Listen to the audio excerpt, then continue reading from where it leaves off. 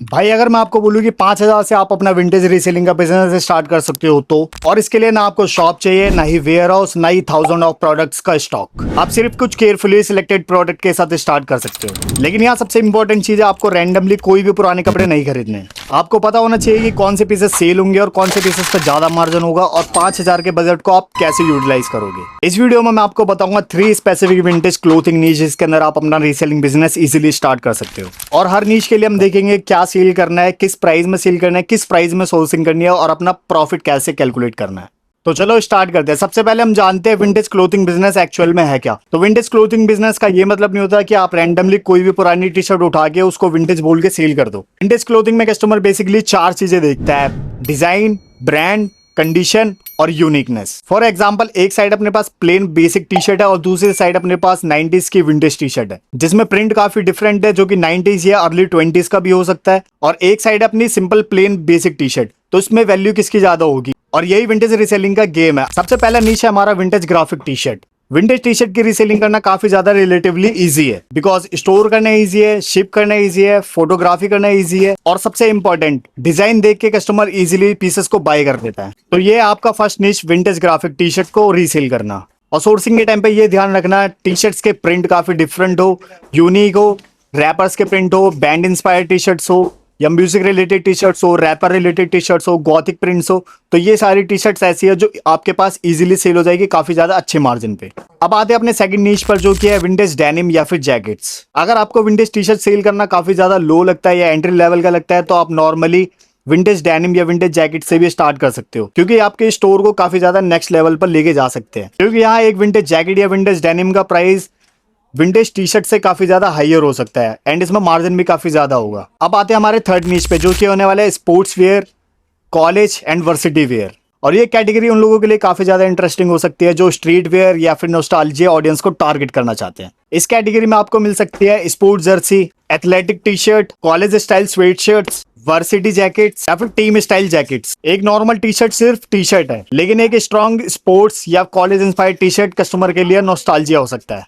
For example, emblems, logos, team inspired graphics, old school typography और interesting colour combination. लेकिन एक important warning, authenticity को lightly मत लेना। आप जो भी सोर्स करोगे उसमें सबसे पहले ये देखना कि वो ऑथेंटिक पीसेस है या नहीं। लाइक नॉर्मली हम जर्सीज का एग्जांपल ले सकते हैं। जो नॉर्मल डीटीएफ वाली जर्सी रहती है उसका प्राइस काफी ज्यादा कम रहता है और उसकी डिमांड भी नहीं है मार्केट में। लाइक उसका प्रिंट काफी अच्छा है, प्रिंट डिस्ट्रेस नहीं हो रखा, एंड अगर वो ब्रांड की है लाइक एडिडास, नाइकी या किसी भी ब्रांड की हो सकती है, उसके अंदर साइड टैग होते हैं जिसके अंदर वॉश केयर टैग वगैरह वो सारी चीजें होती है। अब वो सारी चीज को ऑथेंटिकेशन चेक करके तभी खरीदना। तो एक बार तीनों को क्विकली कंपेयर करते हैं। Vintage graphic T shirt best for beginners, investment relatively low रहेगा, एडवांटेज है easy to store, easy to photography, easy to ship. Challenges के अंदर आ सकता है कंपटीशन और डिजाइन सिलेक्शन, इस पे सबसे ज्यादा फोकस करना है आपको। सेकंड पॉइंट था अपना vintage denim and jackets, best for higher ticket fashion products, investment T shirt से थोड़ा ज्यादा रहेगा इसमें। एडवांटेज इसमें ये आपका मार्जिन काफी ज्यादा हाई हो सकता है, और इसमें जो चैलेंज आएगा आपको क्वालिटी चेक करनी पड़ेगी और स्टोरेज और शिपिंग का कॉस्ट भी काफी ज्यादा इसमें आ सकता है।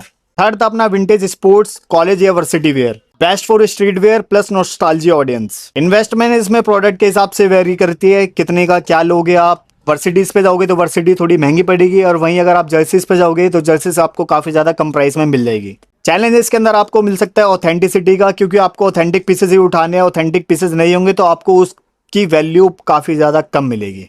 अब सबसे इंपॉर्टेंट पार्ट, अगर मेरे पास 5,000 रुपए तो उसके अंदर मैं अपना विंटेज रीसेलिंग बिजनेस कैसे स्टार्ट कर सकता हूँ। तो सबसे पहले मैं नीश डिसाइड करूंगा। फॉर एन एग्जाम्पल हम लेके चलते हैं विंटेज टी शर्ट का। अगर मेरे को विंटेज टी शर्ट की रीसेलिंग करनी है तो मैं सबसे पहले 3,000 या 3,500 की टी शर्ट्स लेकर आऊंगा। 500 हम रखेंगे वॉश, आयरन, क्लीनिंग वगैरह जो भी सारी चीजें होंगी उनको करवाने में। हमारा टोटल बजट जाता है 4,000, जिसमें से अभी आपके पास बचे हो 1,000 रुपीज। 500 का आप पैकेजिंग मटेरियल ला सकते हो और 500 आप रिजर्व रखोगे आगे के लिए।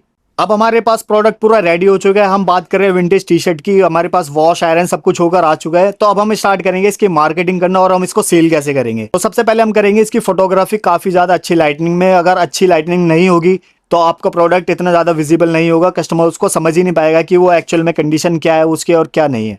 फोटोग्राफी में हमें ये ध्यान रखना है, उसके एक एक पॉइंट को क्लिक करना है। अगर उस पर टैग है तो पूरे टैग की फोटो लो, अगर कहीं पर पिन होल भी है तो उसकी भी फोटो लो, कहीं अगर स्टेन है उसकी भी फोटो लो, कस्टमर से कुछ भी नहीं छुपाना, पूरी पूरी फोटोग्राफी करो, एक स्लाइड में कम से कम 10-15 फोटो क्लिक कर लो और वो सारी क्राउजल में डाल दो। हम ऐसे 8 से 10 पीसेस का शूट करके डालेंगे, उसके बाद हम देखते हैं कि हमारे पास रिजल्ट किस पे आ रहा है और क्या चीज हमारे पास सबसे ज्यादा सेल हो रही है। और अगर आपका बजट एड्स रन करने का नहीं है तो मेरी सजेशन यही रहती है कि आप कंटेंट बनाओ, जितना ज्यादा आप कंटेंट बना सकते हो। लाइक आप सोर्सिंग करके ला रहे हो, फिर उसको वॉश कर रहे हो, उसके बाद फिर आपने उसको सुखाया, आयरन किया, तो ये सारे बिहाइंड द सीन्स अगर आप अपनी रील्स में दिखाओगे, वीडियोस में दिखाओगे, तो आपको सेल काफी ज्यादा मिल सकती है और इससे ये भी पता लगता है कि बंदा लेजिट है।